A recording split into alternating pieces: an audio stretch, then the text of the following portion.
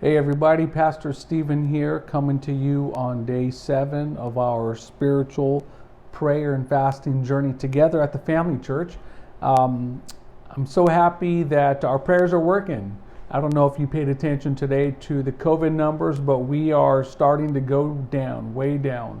Our county has gone to the lowest, to another bracket, and we're hoping to open the church up in just a couple more weeks. And tonight, I just want to kind of talk to you really quick about momentum, spiritual momentum. Momentum is a big thing in life, in teams, in companies, and organizations, in team ministry.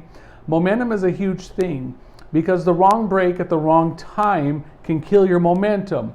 I'm a fan of the NBA, and I've been watching the teams in the bubble. And there's teams like the Toronto Raptors and the Milwaukee Bucks who were doing very good in the regular season, but when they went into the bubble, they lost their momentum because there was too long of a pause. And tonight I just want to talk to you really quick about not taking too long of a pause. You want to build momentum, and fasting is a way to build spiritual momentum. David in the Bible, King David, built momentum by defeating the lion, the bear, and the giant. Later, in a few chapters after that in 2 Samuel, we read how he went on to conquer many more nations. He conquered the Moabites, the Syrians, the Ammonites. He went from glory to glory. He went from victory to victory. And this is something we ought to strive for. This is something that we ought to set our mind to doing. And that is to go from victory to victory. That is to go from glory to glory. And the way we do that is when we start praying and fasting.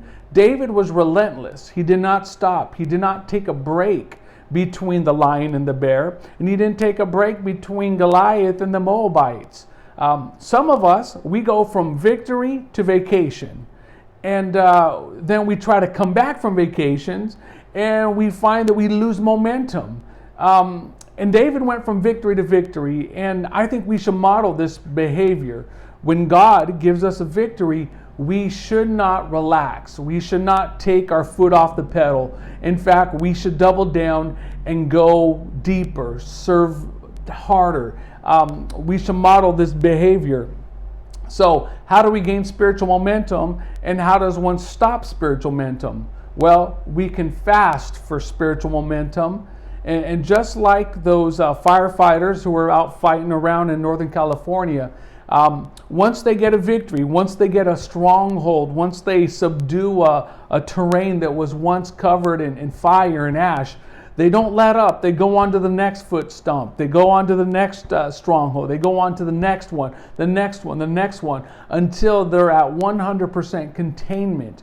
And on this journey that we're on for prayer and fasting, I'm also declaring spiritual momentum at the Family Church. Our momentum has shifted from week to week, from smoke to civil unrest to pandemic. All this stuff just kind of hits us all at once, and every time we take a couple steps forward, we end up taking one or two back, and I'm not happy about that. It doesn't sit well with me as pastor, and so we need to gain momentum back. We need to start putting together, and your family have to start putting together a few weeks of coming to church, coming to the parking lot, getting behind what we're doing, and we're trying to gain spiritual momentum. And on this prayer and fasting journey, we're going to do it. You're going to see that you're going to be able to fast forward through things, through strongholds, through setbacks that you've had in the past. When you start gaining spiritual momentum through prayer and fasting, you will see that God will propel you from glory to glory, from victory to victory. And that's the state that I want to live in. I want to live in victory to victory. I want to live from glory to glory.